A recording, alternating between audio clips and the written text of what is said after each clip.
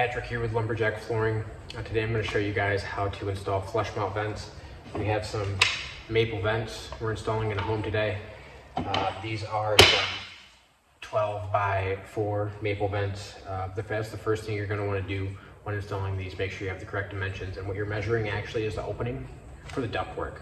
So that determines the vent you order, the species.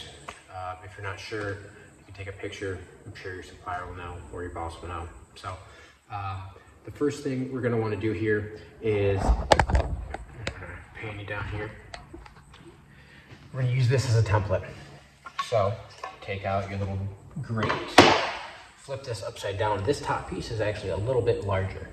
So what you want to do so that it fits in, without you having to force it in, is put it right where you want it, okay? And then find a reference line, like a board line.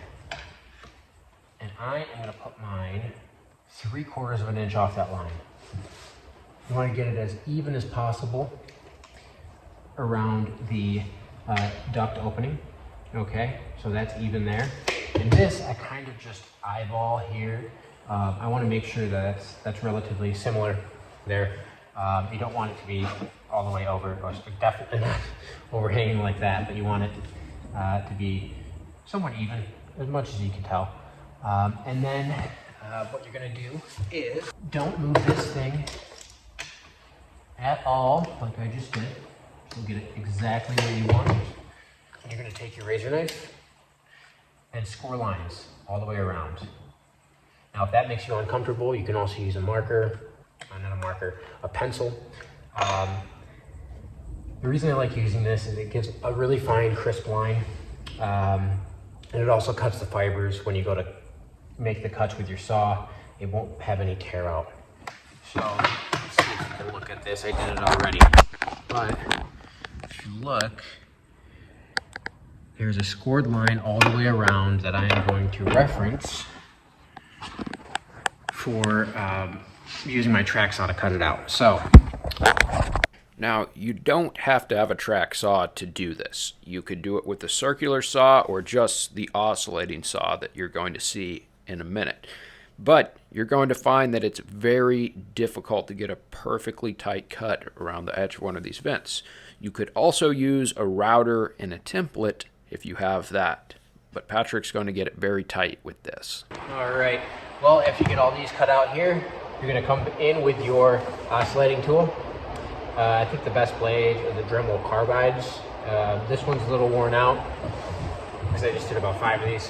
But we just cut out these little corners here, and then we're going to chisel out any excess with a sharp chisel and a hammer, and then it should be good to go, ready to place.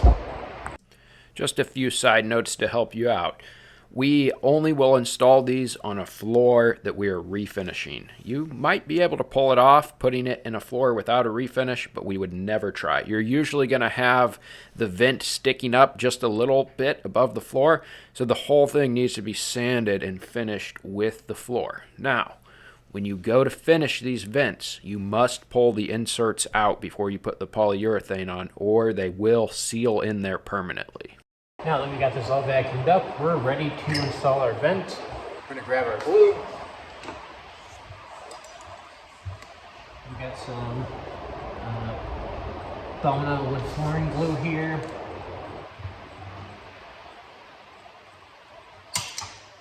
Apply a little bit along our edges there. You don't want it to squeeze out.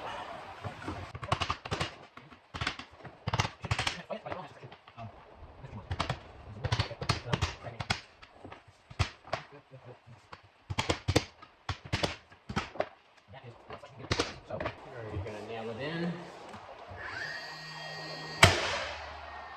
putting it underneath where the grate's going to be. Using 18-gauge nails.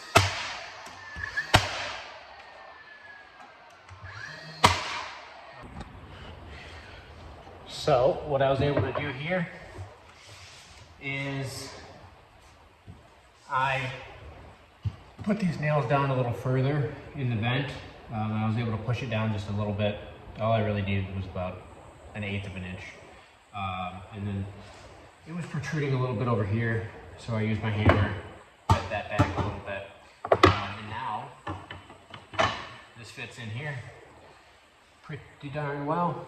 So any little edges you want to fill, there's gaps in this floor already. This was an existing floor. But if you were going to trowel fill, for example, you would want to fill any gaps around here just to make it a perfect seamless finish.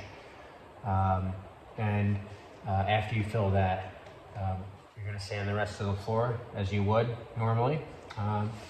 And make sure you know exactly where this one went, because if you have multiple of these, good luck, because they're all custom sanded. So, all right. Now you know how to install a vent.